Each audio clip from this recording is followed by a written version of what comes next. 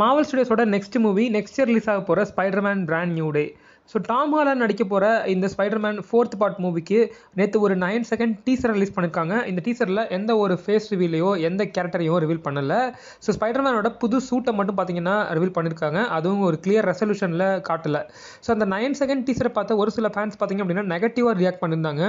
So ஒரு சில பேர் என்ன சொல்லியிருந்தாங்க அப்படின்னா it is direct inspiration of both Tobey Maguire's suit and Andrew Garfield's suit அப்படின்ற மாதிரி சொல்லியிருந்தாங்க. ஸோ என்ன ரீசன் அப்படின்றத நான் சொல்லிடுறேன். ஸோ லாஸ்ட்டாக வந்த 3 மூவிஸில் நம்ம டாம் ஹாலண்ட் போடுற ஸ்பைடர்மேன் ஷூட்டை கம்பேர் பண்ணும்போது நேற்று ரிவீல் பண்ண அந்த ஷூட்டில் கொஞ்சம் கலர்ஸ் அதிகமாக இருந்துச்சு. கலர்ஸை கொஞ்சம் திக்கன் பண்ணியிருந்தாங்க. அது மட்டும் இல்லாமல் அந்த லைனிங் வெப்பிங் பார்த்தீங்க அப்படின்னா கொஞ்சம் டார்க்கராக இருந்துச்சு. சென்ட்ரலில் இருக்கக்கூடிய அந்த ஸ்பைடர்மேன் லோகோ அந்த ஸ்பைடர்மேன் சைனும் பார்த்தீங்க அப்படின்னா ஆண்ட்ரூ கார்ஃபீல்டோட ஷூட்டில் இருக்க மாதிரி நல்லா பெருசாகவே இருந்துச்சு. அதை தொடர்ந்து இன்னைக்கு ஒரு 22 செகண்ட் டீசர் ரிலீஸ் பண்ணியிருக்காங்க. இதில் நம்ம ஸ்பைடர்மேனோட ஃபேஸ் அதாவது டாம் ஹாலண்ட் பீட்டர் பார்க்கரோட ஃபேஸை அவுட் ரைட் ரிவீல் பண்ணிட்டாங்க. ஸோ ஒரு பெரிய டோர் ஓப்பன் ஆகுது. அந்த டோரை ஃபேஸ் பண்ணி நம்ம டாம் ஹாலண்ட் பார்த்தீங்க அப்படின்னா ஸ்பைடர்மேன் சூட்டில் பம்ப் ஜம்ப் பண்ணிட்டு இருக்காரு. அப்படின்னா என்னன்னு தெரியும் நினைக்கிறேன். காலைல வார்ம் அப் பண்ணும்போது லைட்டாக ஜாக் பண்ண முடியல நேரத்திலேயே அந்த மாதிரி பண்ணிட்டு இருக்காரு.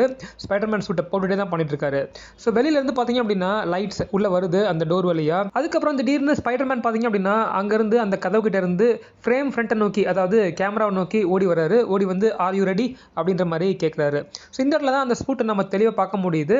சூட்டில் பார்த்தீங்க அப்படின்னா இருக்கக்கூடிய அந்த வெப்பிங்ஸ் அந்த வெப் லைனிங்ஸ் வந்து ஸோ டோபி சூட்லையோ இல்லை ஆண்ட்ரூ சூட்லேயோ இருக்க மாதிரி சில்வர் லைனிங்ஸ் கிடையாது. இது கிளியர் கட்டாக பிளாக் லைனிங்ஸ்.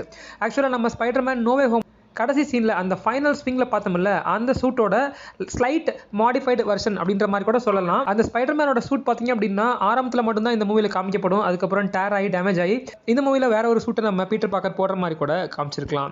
ஸோ அது மட்டும் இல்லாமல் இன்னொரு விஷயம் நமக்கு தெரிய வந்துச்சு. அது என்ன அப்படின்னா இந்த புது ஸ்பைடர்மேன் சூட்டில் ஸ்பைடர் லோகோ அதாவது இந்த ஐகான் பார்த்தீங்கன்னா கொஞ்சம் பெருசாகவே இருந்துச்சு. அது டெஃபினட்டாக ஆண்ட்ரூ கார்ஃபீல்டோட சூட்டை இன்ஸ்பயர் பண்ணி ரெடி பண்ண சூட் மாதிரி தான் தெரிஞ்சிச்சு. பட் கலர் ரொம்ப டார்க்காக இருந்துச்சு. இது டோபி மேகரோட சூட்லேருந்து ஸ்ட்ரைட் அப் எடுத்த மாதிரி தெரிஞ்சிச்சு. அந்த லைனிங்ஸ் வந்து சில்வர் கலரில் இல்லை, அது பிளாக் லைனிங்ஸ். இதை நான் ஏற்கனவே சொல்லியிருக்கேன்.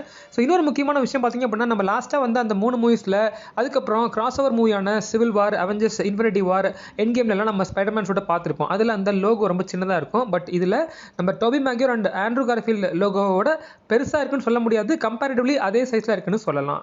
நேற்று கொடுத்த அந்த ஃபேஸ்லெஸ் டீசரை கம்பேர் பண்ணும்போது இன்னைக்கு ரிலீஸ் ஆயிருக்க இந்த ஃபேஸ் ரிவீல் டீசர் அந்த சூட் ரிவீல் டீசர் சூப்பராக